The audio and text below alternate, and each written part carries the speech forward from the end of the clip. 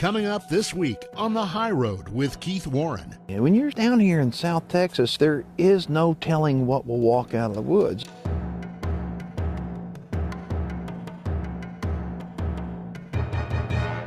This program is dedicated to the brave men and women of the United States military, past, present, and future. May God bless America.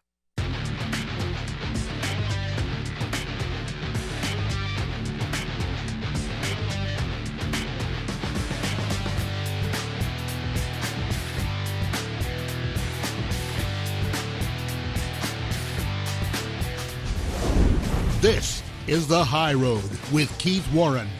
We are on a mission to unite all sportsmen. This week, The High Road takes us on a multi-species hunt in South Texas, deep South Texas. This part of the Lone Star State offers multiple opportunities, and on this trip, Keith tries to take advantage of them all. It's not very often that I get to go hunting just by myself or just by myself with a cameraman. You know, most of the time I'm hunting with an outfitter or a friend. On today's program, it's going to be one of those unusual times that I do get to go hunting by myself with just a cameraman, and I look forward to doing that so much. I like the ability to be able to go where I want, when I want, and hunt how I want. I'll be hunting right down by the Rio Grande River, right next to Mexico.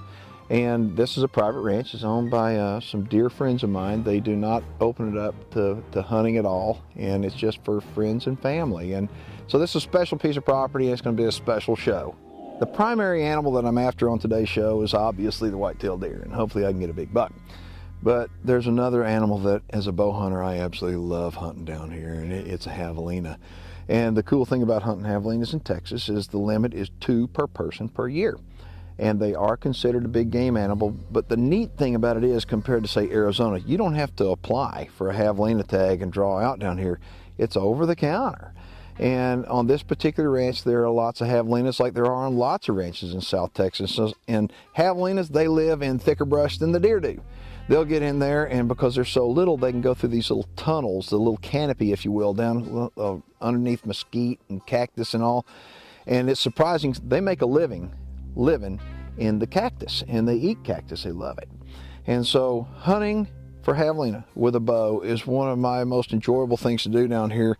You can hunt them out of a stand, and many times we'll do that and take advantage of them when they come by the stand. But the most fun for me is get on the ground and see if I can walk close enough to one. Javelinas get in the 45 to 50 pound range. They have very coarse hair. They're called collared peccaries. Many people think that they're a hog, and I guess they are. They look like hogs. They're big, deep in the chest and small in the rump, and they've got an unbelievable nose. And a lot of people, I don't think, respect javelinas enough. You know, they don't have real good vision, but it's okay. I mean, it's not bad.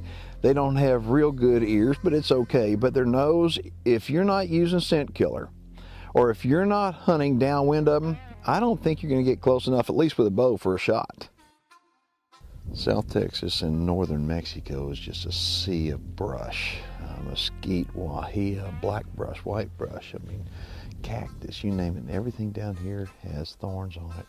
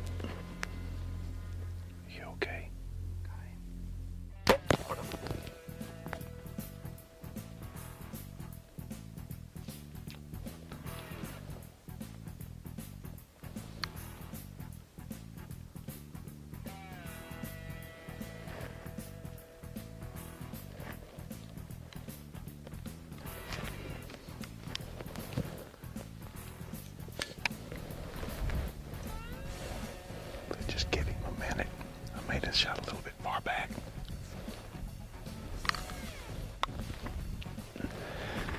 And that's the way we hunt javelinas down here. Javelina. These guys right here in many parts of the country, these are These are pretty hard to get. Like Arizona, they are doggone hard to get. But this is I'm talking about the reason why they're hard to get, because you gotta have a permit. You have to get a permit to get them, just like you do a deer or elk. But these are neat little animals, and I love bow hunting them. They've got a pretty decent nose on them. They got a decent nose, but and their hearing is not very good, but their vision is a lot better than I think what a lot of people think. I don't think they can see, they can differentiate colors at all, but I think they can see movement pretty well, especially up close. So if you're going to ever spot and stalk, you need to go do it slowly. But take a look at these teeth on them. This is what's cool. Well, you wouldn't want those things to get a hold of you. That's nice. That's really nice. It gives me a lot of confidence in my equipment. And next stop for him is up in the house. We're going to start making tamales out of it. Stay tuned. The Smorgasborg in South Texas is just beginning. The High Road with Keith Warren, brought to you in part by Savage Arms, Diamond Archery, Record Rack Deer Feeds, Bad Boy Multi-Terrain Vehicles and Bad Boy Mowers, and new supercharged scent killer by Wildlife Research Center, Beyond 99%. Join the High Road online at keithwarren.net. Keith is on a multi-species hunt in deep South Texas. Amongst the brush, cactus, snakes, and sticks, there is a plethora of species to harvest, both native and non-native. This area is just game rich, not just a lot of white-tailed deer, both bucks and does, and javelinas, but there is a nuisance animal that has come in the last 25 years or so, and it's the feral hog. And feral hogs have given a lot of people a lot of pleasure, but they've also given a lot of people a lot of headaches too, and those are the landowners. When you own a piece of property and you're passionate about the piece of property, you want everything on the piece of property to do better. Well, feral hogs are one of those things that most people don't want them to do any better. They want them gone. And the reason why is they just do so much damage. They damage the roads and they damage food plots, and they multiply so quickly. They'll scare off deer, they'll scare off javelinas. The good thing about hogs is they're good to eat, real good to eat, and they're fun to hunt. From time to time, I get to be involved in the field testing of new products, and that's what I'm going to be doing here. This is specifically the product is a BSA tactical sight. This electronic sight, and it has a flashlight on one side and a little laser sight on the other. It's operated by batteries, but it also has little switches on either side of my forend. I have them, one for the flashlight, one for laser light. This can be used in either daylight conditions or in dark, low light conditions, because with the flashlight and the laser on there, you can see what you're doing. You can see your target real well. But I've got it mounted on top of a 17 HMR Savage. This has a little AccuTrigger on it. And I am in deep South Texas right now. We have had a terrible problem with feral hogs. Terrible, terrible. And I have heard people tell me a lot, hey, you can't kill feral hogs with a 17. And I say horse hockey. You can kill them, and it's all about shot placement. Just like whether you're archery hunting or elk hunting, anything else, it's all shot placement. A lot of people, I think, have too heavy of a pound bow, and they can't shoot it well because it's too heavy. They think that the weight is going to help their accuracy, I guess, or they shoot too big a caliber rifle. Well, let me tell you something. The little 17 is as accurate as you're going to get, and you place one right there behind the ear, and he's dead. We're going to sit up here and see what happens. Like I said, we're infested with feral hogs. We'll see how many we can get.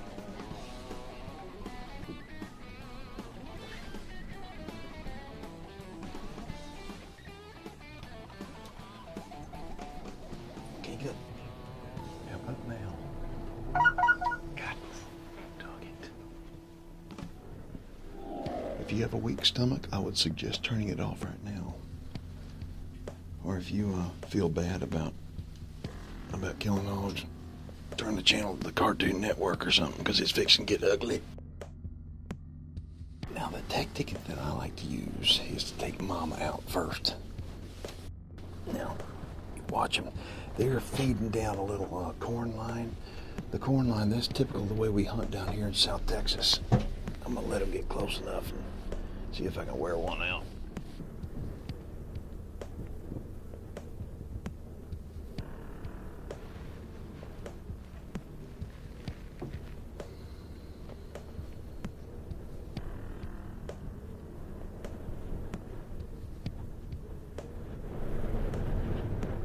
Look at the one with the white on it.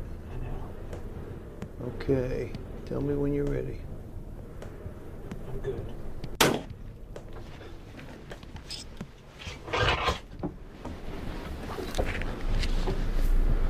Ready?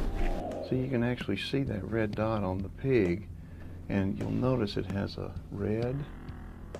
Turn it off, and it has actually different levels, so different brightnesses. And you'll notice too, it has blue. There you go, blue, and it has green. See, there you go. So this sight right here is pretty incredible. It has lots of features on it. And the best feature out there right now is a dead pig. Oh, look, look, look, look, look. There's some more. There's some more. Okay, the one on the right. Okay. Okay, stay put on it. Okay. Okay. Go. Yeah, nice. Yeah, okay. The big one. Okay, hold on. All right. Look at her. All right. Right there. Drop just like that. Now, I want to tell you something. Those babies are going to be just fine if they don't come back. If they come back, they're not going to be fine.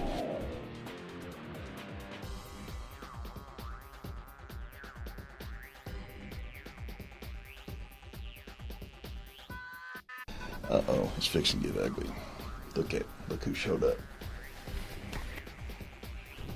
The one on the left needs to move, or the right needs to move over. The High Road with Keith Warren, brought to you in part by Glock, Reconyx Game Cameras, Chaffee Pasture in a Bag, Valley View Whitetails, Shadow Hunter Blinds, and Burt Coyote's Luminoc. All High Road programs are available on demand for free 24/7 at keithwarren.net. I want to tell you something. Those babies are going to be just fine if they don't come back. If they come back, they're not going to be fine. Uh-oh, it's fixing to get ugly. Look who showed up.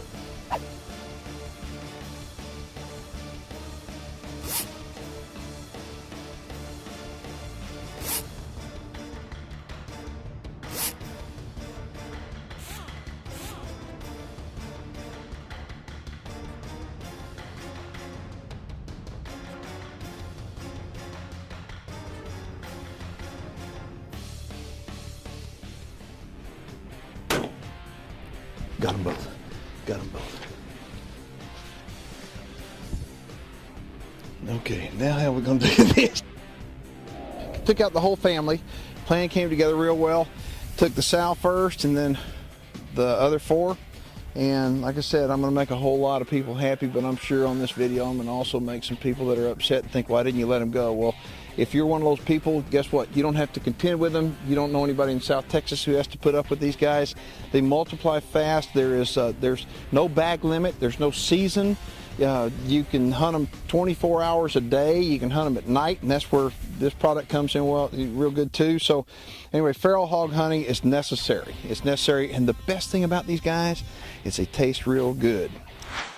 Confidence is everything and everything you do, whether you're taking your driver's education course or whether you're a bow hunter. And when I get up in the stand, I want to make sure I can draw, I can get a good sight picture, and I can release. And sometimes I like to do that when there's actually an animal down there. Javelinas, they're little herd animals. But if you see one javelina by himself, just one, odds are he's an old boar. And this one happened to be an old boar, and I needed some confidence. My ride's going to be here in a few minutes, and a javelina has come in. One javelina is probably a boar. Right underneath the stand, the wind is just horrendous, and the deer have all moved back now. But what I'm going to do is I'm going to take a shot at him with my bow. If I can get him, it'll give me a high degree of confidence, because this is a hot spot for deer.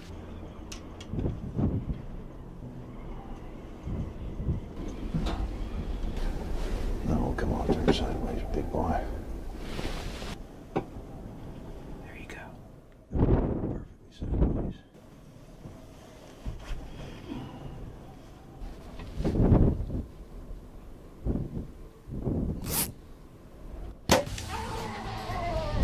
That's what I'm talking about, baby. That's what I'm talking about right there. Oh, that's the dying quivers.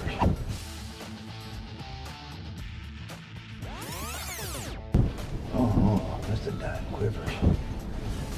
Naturally, I pulled out the arrow because that's not politically correct to show an arrow sticking out of a corpse on TV, but on HD, that's got to look really, really good. The broadhead that I'm using just blows a great big old hole in anything you shoot, and this guy right here just KO'd him. Now, I'm just checking to make sure he's got all his teeth. Oh yeah, look at that. Look at that.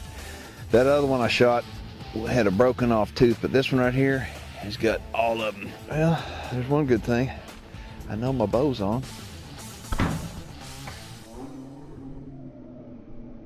It's time for viewer feedback, brought to you by Bad Boy Multi-Terrain Vehicles and Bad Boy Mowers. From Tacoma, Washington, William Relation writes, I watch your shows on TV and you preach one thing, just shooting only old deer.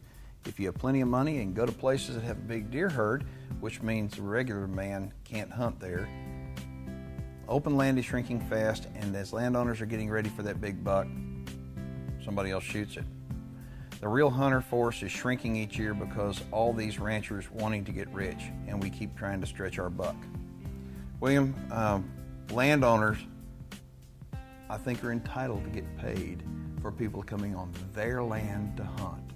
And if somebody wants to and can afford to pay more money than you can or than I can, and the landowner can get it, more power to them. We live in America.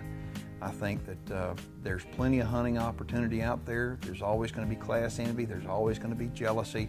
There's always going to be the people that have and the people that have not. And I look at it and I think, you know, I don't want to complain about this. I just want to say there are opportunities out there for people to go out there and to hunt, whether it's on public land or private land. And thank God we live in America where we can make our own choices. Our website address will be coming up at the end of the show. The High Road with Keith Warren, brought to you in part by Oilfield Camo, iHuntAmerica.com, BSA Optics, Gamo Air Guns, and Jardin Consumer Solutions, makers of the Game Saver. Keep up with Keith as he continues on the high road and become eligible to win some great prizes by becoming a fan on our Facebook page. America's #1 big game animal is the white-tailed deer, and more landowners than ever before are managing their particular properties in order to maintain not only a healthy deer herd, but as many deer as the habitat will support. So the question is, how many deer will a piece of property support? Well, contact local biologists and they should be able to tell you, depending upon the habitat that any particular piece of property has, how many deer that habitat should be able to carry. And so then you have to determine how many deer are on that piece of property. Well, here in South Texas, we're going to go along and show you a very unique way of counting white-tailed deer.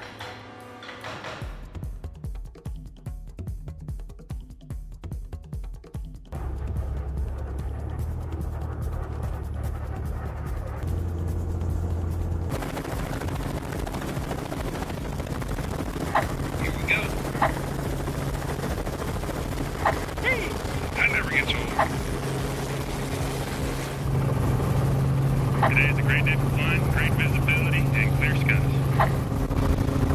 Right now we're just surveying and seeing how many deer we can spot. To your right. Is there one over there? Look, there's two. This is just awesome. There's another buck. That's a great buck.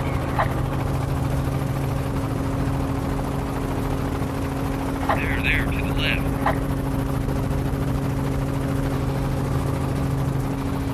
Man, this is fun.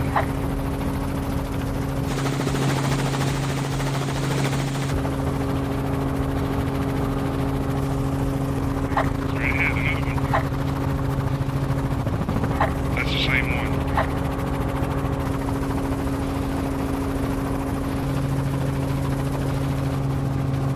All right, I think we've got a good count.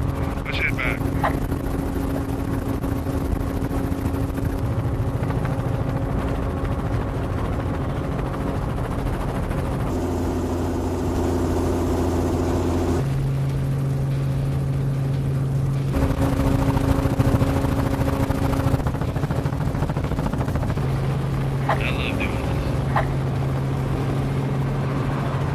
We got a lot of bucks and a lot of does, and we're going to have to work on the does.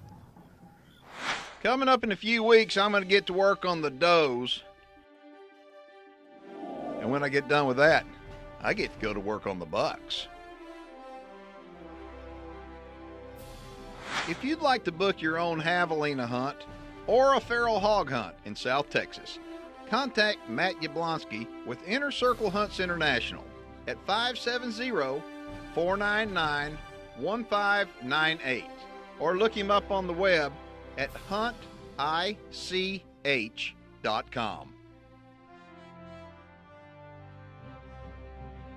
Outdoorsmen can change our country. Together, we can work to keep our country the greatest country on earth. We, the American people, have the inalienable right to pursue happiness and seek the American dream. Our Second Amendment right to keep and bear arms is being threatened today more than any other time in history. And without this right, America and the way we live in our country will change forever. If we lose our right to keep and bear arms, it will be felt in every American neighborhood and in every walk of life. Every sportsman needs to reach out and genuinely try to understand each other in our country. We need to recognize and support each other, and we'll create the largest group of united sportsmen ever assembled in America. This unity will truly be amazing, and more importantly, it would be a partnership with purpose and resolve to protect our Second Amendment right to keep and bear arms. I'm Keith Warren, and thanks for watching, and always remember to take the high road. If you have a question, comment, or story you'd like to see on the High Road, let us hear from you online at keithwarren.net. Closed captioning is brought to you by new Supercharged Scent Killer by Wildlife Research Center. Beyond 99%.